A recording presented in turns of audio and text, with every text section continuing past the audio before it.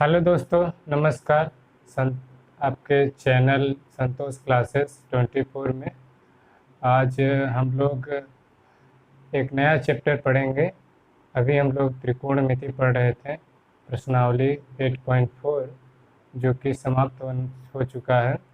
अब हम इसके आगे का जो चैप्टर है, ऊंचाई और दूरी यानी त्रिकोणमिति के कुछ अनुप्रयोग, इसे हाइट एंड डिस्टेंस के नाम से भी जाना जाता है, यह हमारा आज का चैप्टर रहेगा। आज हम इसी पे क्लास लेंगे और इससे संबंधित जो इसकी भूमिका है या ऊंचाई और दूरी का प्रयोग यानी त्रिकोणमिति का प्रयोग कहाँ किया जाता है, जैसे कि टॉपिक में है कि त्रिकोणमिति के कुछ अनुप्रयोग, सम एप्लीकेशन ऑफ ट्रिग्नोमेट्री। तो सम एप्लीकेशंस ऑफ ट्रिग्नोमेट्री, त्रिकोणमिति की जो एप्लीकेशन है, कहाँ पे अप्लाई होता है त्रिकोणमिति, इसका वो हम लोग इसमें पहले थोड़ा देखेंगे। इसका जो इसमें उन्नयन कोण जो होता है, अवनमन कोण जो होता है, इसके परिभाषा और इसको समझेंगे और इसके बाद जस्ट क्वेश्चन भी हल करेंगे। तो अगली प्रश्नावली भी है 9.1 और इसी को एकदम सीरियल वाइज हल करेंगे, कोई स्किप नहीं कीजिएगा वीडियो को, और एक एक स्टेप हल करेंगे, हल करके दिखाएंगे और बाकायदा आपको समझ में भी आएगा। बस आप देखते रहिए। अगर आपको थोड़ा भी दिक्कत आता है, अगर समझ में नहीं आता है तो आप लिख सकते हैं कमेंट में। तो चलिए शुरू करते हैं आज का वीडियो। तो हम लोग पढ़ेंगे सम एप्लीकेशंस ऑफ ट्रिग्नोमेट्री, त्रिकोणमिति के कुछ अनुप्रयोग। तो त्रिकोणमिति, अभी हम लोग त्रिकोणमिति sine, tan, cot, sine, cos, tan, इसका वैल्यू निकाल रहे थे और इसका उल्टा जो होता है कोसेक, सेक, काट, इन सब का वैल्यू और सरसमीकाओं के बारे में पढ़ा हमने। शुरुआत में जो टॉपिक थे उसके बारे में, जो त्रिकोणमिति अनुपात के बारे में, साइन कास का रेशियो कैसे निकाला जाता है उसके बारे में पढ़ा। फिर इसके बाद सरसमीकाय का वीडियो भी मैंने अपलोड किया है, उसका सूत्र भी जो था उसको भी एक वीडियो बना है उस पर। फिर उसके बाद सरसमीकाय पर आधारित क्वेश्चन भी हुए हैं। अब ये आज का जो वीडियो होगा, आज का वीडियो अलग है, यानी चैप्टर ही अलग है। यह है हाइट एंड डिस्टेंस, और हाइट एंड डिस्टेंस में त्रिकोणमिति का यूज होता है। तो त्रिकोणमिति पहले ही बता चुके हैं कि एकदम प्राचीन विषय है। यह आर्यभट्ट के समय का ही विषय है। आर्यभट्ट जब थे तभी उन्होंने इस विषय के बारे में बताया। उन्होंने खगोलीय पृथ्वी से खगोलीय तारों, ग्रहों की दूरियां याद करने में इन सब अनुपातों का प्रयोग किया जाता था। तो ये एक प्राचीन विषय है और इसका उपयोग पृथ्वी से ग्रहों और तारों की दूरियां ज्ञात करने में किया जाता है। यह हमें किसी दूसरे ग्रह पे जाके नहीं ज्ञात करते, बस एक अनुमान के आधार पर बिना मापे इस त्रिकोणमिति के अनुसार कर लेते हैं। अब सोचेंगे कि आप ये कैसे करते हैं, तो जाहिर सी बात है कि हमको अगर कोण मालूम हो जाए तो हम दूरी या उसके डिस्टेंस को कवर कर सकते हैं, यानी याद कर सकते हैं। तो इस तरीके से हम एक आसानी होती है किसी भी ऊंचाई और दूरी ज्ञात करने में। तो यह त्रिकोणमिति भूगोल और नौचालन में यूज भी होता है। त्रिकोणमिति में कई सारे, जैसे कि लैटिट्यूड है, लॉन्गिट्यूड है, तो इसका भी ज्ञात करने में इस त्रिकोणमिति एप्लीकेशन अप्लाई होता है यहाँ पे।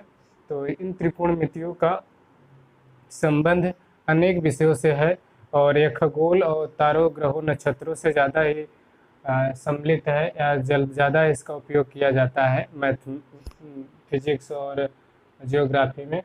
इसको मानचित्र बनाने में इसका उपयोग किया जाता है। मानचित्र, जैसे कि किसी चीज़ का मानचित्र बना है तो वहाँ भी त्रिकोणमिति का कुछ रेशियोज उपयोग किए जाते हैं। इस प्रकार हम देखते हैं कि वास्तव में मापन किए बिना ही, मतलब कि हम काल्पनिक रूप से ही ज्ञात कर सकते हैं। अब एग्जैक्ट वैल्यू निकालेंगे और एग्जैक्ट वैल्यू निकालने के लिए इस त्रिकोणमिति का, यानी किसी वस्तु की, किसी मीनार की, किसी महल की या किसी पुल की ऊंचाई और दूरियां ज्ञात करने में किया जाता है। तो ये सबसे ज़्यादा इम्पोर्टेंट है कि हम ऊंचाई दूरी याद करेंगे। यहाँ पे एप्लीकेशन जो है, यहाँ पे हम ग्रहों, नक्षत्रों, ये सब बारे में नहीं पढ़ेंगे।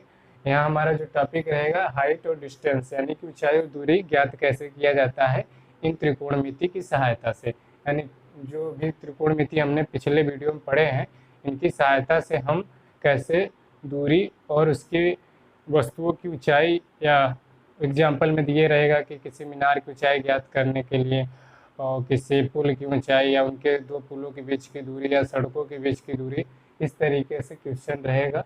तो उसको हल करने में इन सब का उपयोग किया जाता है।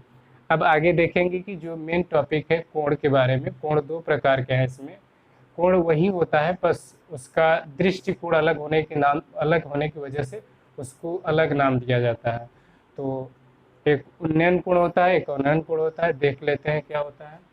तो उन्नयन कोण जो होता है वह, जैसे कि मान लेते हैं कि कोई मीनार है, तो मीनार है तो यहाँ पे कोई व्यक्ति खड़ा है तो इसकी भी कुछ हाइट होगी, और यहाँ यहाँ से मान लेते हैं देख रहा है, ये पॉइंट है और इस पॉइंट तक देख रहा है। तो यहाँ से इस पॉइंट तक देखने में कुछ अपने मतलब, जैसे हम खड़े हैं तो देखने के लिए हमें अपने आंखों को ऊपर की तरफ देखना पड़ेगा। तो हमारे मीनार के इसको हम क्षैतिज रेखा करेंगे, हमारे आंखों से जाने वाली रेखा क्षैतिज रेखा होगी। और हम जब ऊपर देखेंगे मीनार का ऊपर या किसी टावर के ऊपर या किसी महल के ऊपर, तो हमारे आंखों से बनने वाला जो कोण होगा तो उसको हम क्या नाम देते हैं, तो उसको हम नाम उन्नयन कोण देते हैं। ये अक्सर मतलब भूल जाता है या फिर समझ नहीं आता है।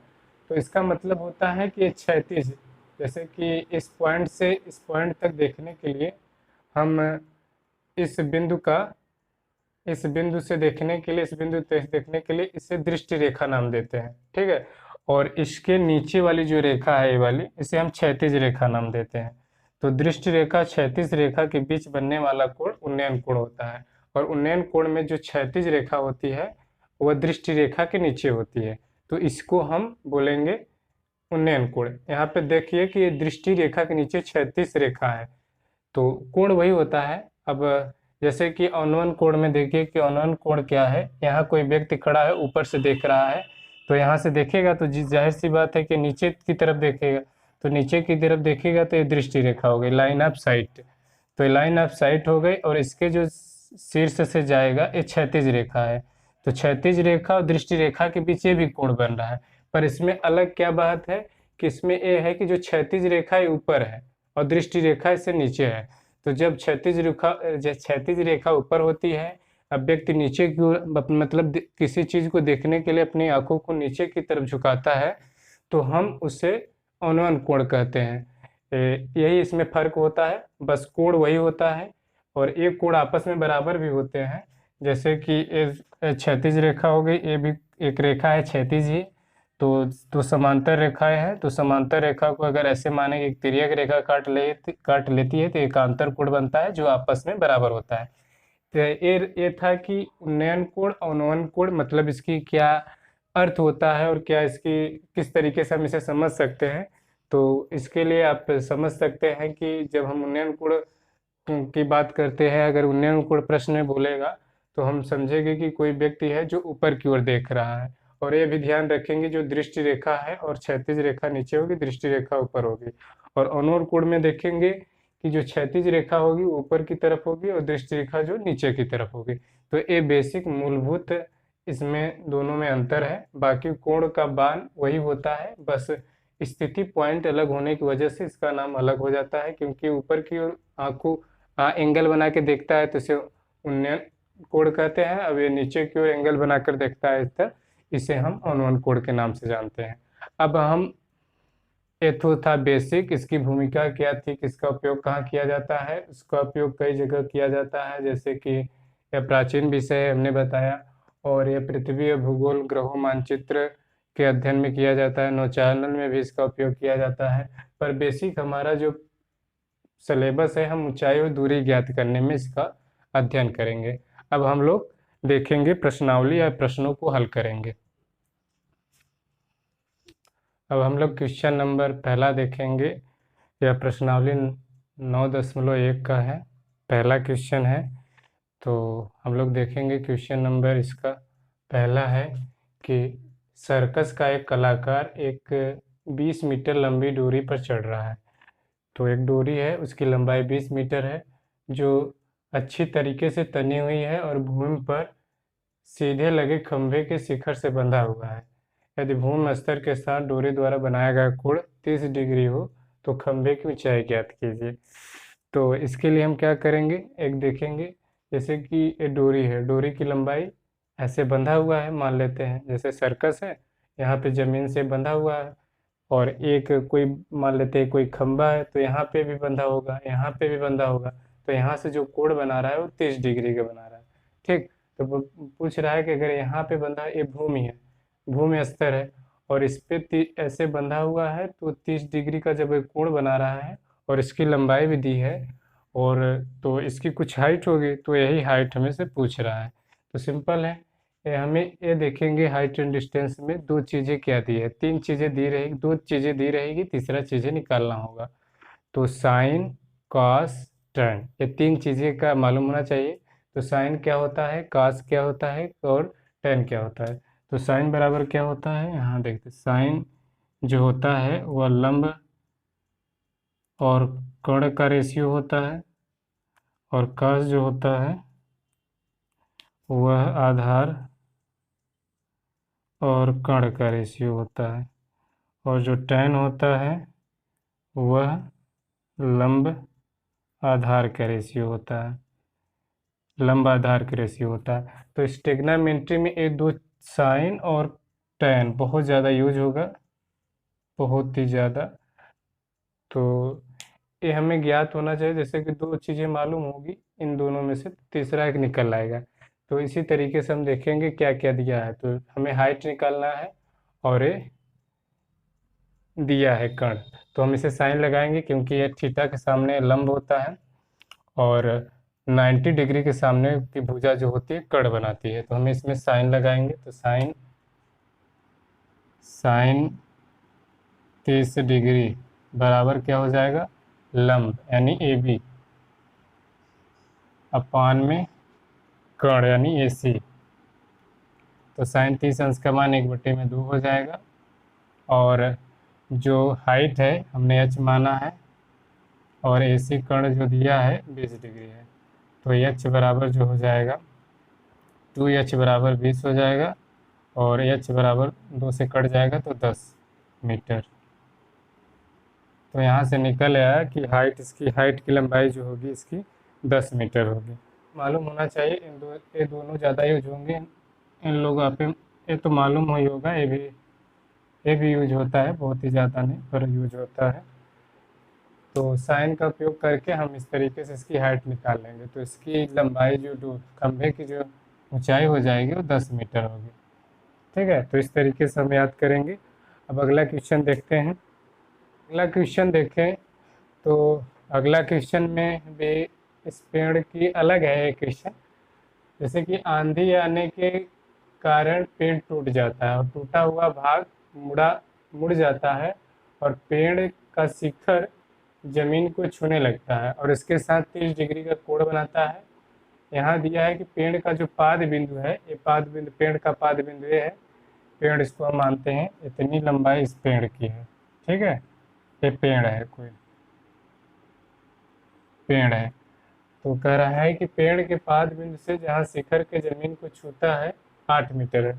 तो पहले देखते हैं, आंधी कारण मानते हैं यहाँ से टूट जाता है पेड़, यहाँ से टूटा है आंधी कारण।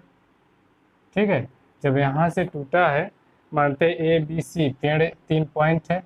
ठीक है, तो ए बी सी पेड़ की 3 पॉइंट है, यहाँ से टूट गया पेड़, और टूटने की वजह से ये पेड़ जो है झुक गया, झुक के ज़मीन पे आ गया। तो यही जितनी ये लंबाई होगी इस पेड़ की, वही लंबाई यही हो, इसके बराबर होगी। तो जो बी सी की लंबाई होगी वो इसकी भी लंबाई होगी। तो ए वाला पॉइंट जो है यहाँ चला आएगा, इस तरीके से सी पॉइंट यहाँ आ जाएगा। तो सी पॉइंट यहाँ हम लिख सकते हैं, या फिर यहाँ डी लिखते हैं, डी भी लिख सकते हैं, कुछ इससे अलग ये कर सकते हैं। तो इस तरीके से ये वाला व्यवहारिक है, जब कभी आंधी उंधी आती है तो पेड़ टूट जाता है, तो लटक जाता है। तो उसी पे आधारित एक क्वेश्चन है, और बहुत सरल है। अब क्या किया है कि जब ये पेड़ लटक जाता है तो इसके साथ 30 डिग्री का कोण बनाता है, और ये पाद बिंदु से कह रहा है कि पाद बिंदु से जमीन के शिखर के जो छूता है उसकी लंबाई दी है 8 मीटर है। तो 8 मीटर है, तो इसको ज्ञात करने के लिए हम क्या करेंगे, हमें थीटा दिया है एक आधार दिया है और कण दिया है। तो आधार कण का जो रेशियो होता है कास का होता है, तो हम कास लगाएंगे और कास लगा के हमें इसकी वैल्यू ज्ञात कर लेंगे। जब इसकी वैल्यू ज्ञात कर लेंगे तो फिर हम tan लगा देंगे तो ए वाली भी वैल्यू याद हो जाएगी। तो ए और इसको जोड़ देंगे तो ये पेड़ की लंबाई याद होगी, ये पेड़ की ऊंचाई हो जाएगी। तो दो तरीके से हम पहले लगाएंगे, पहले हम अगर चाहे तो tan लगा के निकाल लें और फिर कास लगा के कर्ण निकालेंगे। तो पहले हम tan लगाते हैं, तो त्रिभुज इसमें tan लगाते हैं। तो tan थीटा बराबर क्या हो जाएगा, लंब। लंब क्या है, ए बी मान लेते हैं। तो ए बी है ही मानेंगे क्या, और ए डी इसको पॉइंट डी माने हैं। तो tan क्या हो जाएगा 30 अंश, और ए बी के मान ज्ञात करना है, और ए डी आधार दिया है 8, आधार दिया है 8। तो tan 30 अंश का मान 1/√3 हो जाएगा और बराबर ए अपान में 8। तो ए बी जो हो जाएगा √3 ए बी बराबर में 8। तो ए बी बराबर हो जाएगा 8 अपान में √3। तो 8 अपान में √3 ए आ गया। अब हम इसकी लंबाई 8 अपान में √3 है। अब इसको ज्ञात करने के लिए ए वाला रेशियो और ए वाला लेंगे। तो ये आधार है, एक कण है, तो इसके लिए हम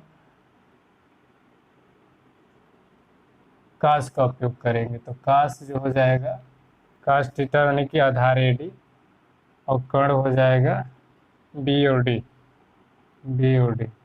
तो कास 30 अंश अब बराबर ए डी कितना है 8, या आधार 8 है, और हमें बी डी निकालना है। तो हो जाएगा कास 30 अंश का मान होता है √3/2, ये हो जाएगा 8/BD। ठीक है, तो बी डी √3 हो जाएगा, ये 8 दूना 16 हो जाएगा। ये बी डी जो हो जाएगा 16√3 हो जाएगा। और अब हम क्या करेंगे, ये बी डी की जो लंबाई है, ये बी डी आ गया ए आ गया 8√3, 8√3। अब बी डी क्या है 16√3 इंटू में। तो ए जो लंबाई है इसके लंबाई के बराबर है। तो 16√3 अगर ए है तो टूटा हुआ भाग है तो यही है, तो ये हो जाएगा 16√3। तो पेड़ की लंबाई क्या है ए और सी, तो पेड़ की लंबाई हो जाएगी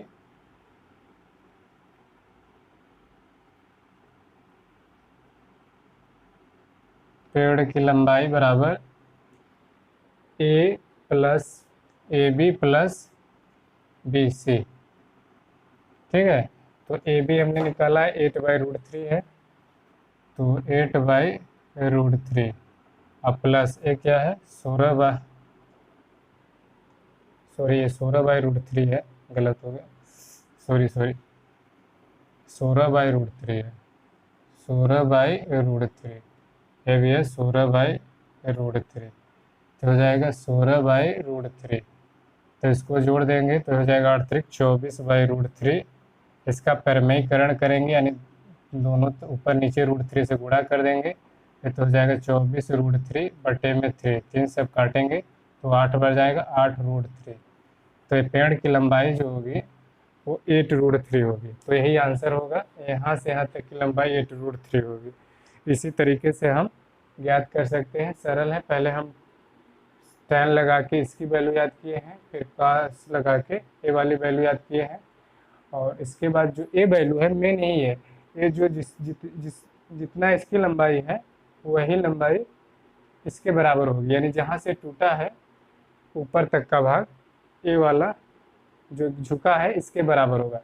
तो इसमें यही होता है, इस तरीके से हम चित्र बनाकर इसको हल कर सकते हैं। ये बेसिकली इन दोनों को अब जोड़ देंगे तो ये मान आ जाएगा। तो अगला क्वेश्चन भी क्वेश्चन नंबर 3 है, जो देखने में तो बहुत बड़ा है और काफ़ी बड़ा भी है भी, पर इसका जो सलूशन है या समाधान है जो हल है वो सरल है। कि एक ठेकेदार बच्चों को खेलने के लिए 2 फिसलन पट्टी लगाता है। एक 5 वर्ष से कम उम्र के बच्चों के लिए है, और वह चाहता है कि उसकी शिखर जो ऊंचाई हो, यह चाहता है वो 1.5 सेंटीमीटर रखना चाहता है। सॉरी 1.5 सेंटीमीटर नहीं, मीटर में है, तो 1.5 मीटर रखना चाहता है। तब के पूछ रहा है कि इसकी फिसलन पट्टी की लंबाई कितनी होनी चाहिए। अगर हम इतना रखें तो इसकी फिसलन पट्टी की लंबाई ए पूछ रहा है और इसके साथ ही 30 डिग्री का कोण बना रहा है। दूसरी स्थिति में कह रहा है जबकि जबकि इससे अधिक उम्र के बच्चों के लिए 3 मीटर ऊंचाई के लिए अधिक ढाल वाला फिसलन पट्टी लगाना चाहता है 3 मीटर ऊंचाई पर। तो इसमें इस स्थिति में दे रहा है कि 3 मीटर ऊंचा है, तो इसमें ये जो फिसलन पट्टी होगी इसकी लंबाई ये पूछ रहा है। तो इस फिसलन पट्टी की लंबाई क्या होगी? खेलने वाला पार्क है, जैसे कि यहाँ बच्चे यहाँ से फिसलने के लिए छोटे बच्चे के लिए बनाया गया है, इससे अधिक उम्र के बच्चों के लिए बनाया गया है 5 वर्ष के लिए। तो इसमें पूछ रहा है कि इस फिसलन पट्टी और इसकी लंबाई क्या होगी, दोनों की अलग अलग, दोनों स्थितियों में अलग अलग। तो हम इसका पॉइंटिंग कर देते हैं पहले, जैसे मान लेते हैं ए, इसको मान लेते हैं बी, इसको सी, इसको पी क्यू आर मान ले, पी क्यू आर। तो इन दोनों की लंबाई ज्ञात करना है। तो पहले वाले में त्रिभुज ए बी सी में in triangle A B C, तो हम ए लंब है और एक क्या है, कर्ण है, तो साइन लगा देंगे। तो साइन 30 अंश लंब हो जाएगा 1.5 और कर्ण होगा ए सी, यही ज्ञात करना है। तो साइन 30 अंश का मान 1/2 होता है और 1.5 ए सी, तो ए सी हो जाएगी 3 मीटर। तो पहले स्थिति में फिसलन पट्टी की लंबाई हो जाएगी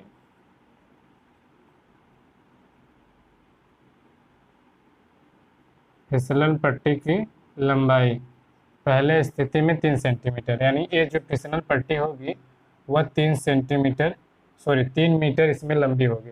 दूसरे स्थिति में अधिक उम्र वाले बच्चों के लिए, तो इसमें देख लेते हैं ट्रेंगल पी क्यू आर में, in triangle P Q R.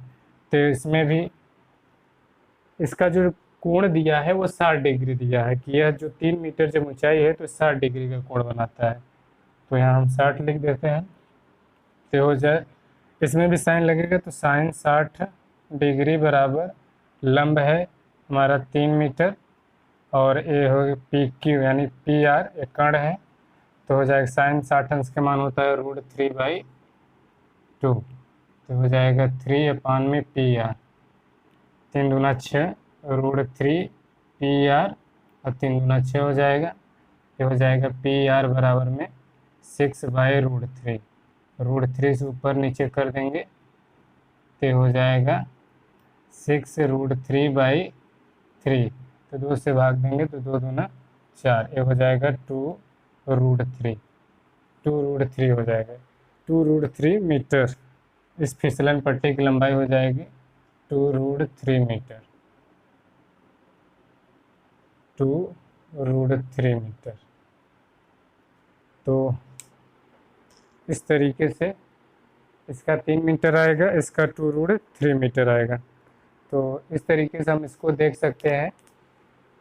ये व्यवहारिक क्वेश्चन है, एकदम बहुत बढ़िया क्वेश्चन है, ऐसे क्वेश्चन आते हैं एग्जाम में। अब अगला क्वेश्चन देखिएगा, क्वेश्चन नंबर 4 देखेंगे, जो है कि भूमि से मीनार के पाद बिंद की दूरी 30 मीटर है। तो भूमि से मीनार के पाद बिंद से दूरी दिया है 30 मीटर और मीनार के शिखर का उन्नयन कोण 30 डिग्री है। तो मीनार के शिखर का उन्नयन कोण 30 डिग्री है, तो पूछ रहा है मीनार की ऊंचाई ज्ञात की। तो मीनार की ऊंचाई हमें याद करना है, तो ये दिया है आधार लंब पूछा है, तो हम इसीलिए tan लगाएंगे, tan 30 अंश बराबर हो जाएगा हाइट अपॉन में 30 डिग्री।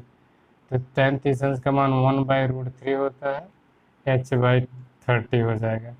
तो h बराबर क्या हो जाएगा 30/√3 हो जाएगा। तो √3 से ऊपर नीचे गुणा कर देंगे तो हो जाएगा 30√3/3 हो जाएगा और 3 से कट जाएगा तो tan√3। इस मीनार की ऊंचाई हो जाएगी tan√3। तो मीनार की ऊंचाई क्या हो जाएगी tan√3। इस तरीके से ये हल होगा। ये जो क्वेश्चन हल किया मैंने वह एक विधिवत तरीके से हल किया है, इसमें कुछ कठिन बात नहीं है, क्योंकि इसमें केवल साइन लगेगा, कॉस लगेगा, tan लगेगा। अभी जितने क्वेश्चन हमने हल किया इसमें यही लगा है साइन कॉस टेन, बस इसमें ये होता है, इसमें दो चीज़ मेन होती है, कोण पहचानना और अगली बात ये होती है कि इसकी भाषा समझना। अगर आपको भाषा समझ में आ गया, अगर आप फिगर ड्रा कर ले जा रहे हैं, वो ऊपर से देख रहा है नीचे से देख रहा है, तो आप इसको विधिवत हल कर सकते हैं। तो आज के लिए बस इतना ही। आप इस वीडियो को ज़्यादा से ज़्यादा शेयर कीजिए, जो कि सभी लोगों के पास, अपने साथियों के पास भेजिए, जिससे सभी लोगों को लाभ हो सके, जो अपने इस मोबाइल के माध्यम से पढ़ाई कर सकें। तो आज के लिए इतना ही। धन्यवाद।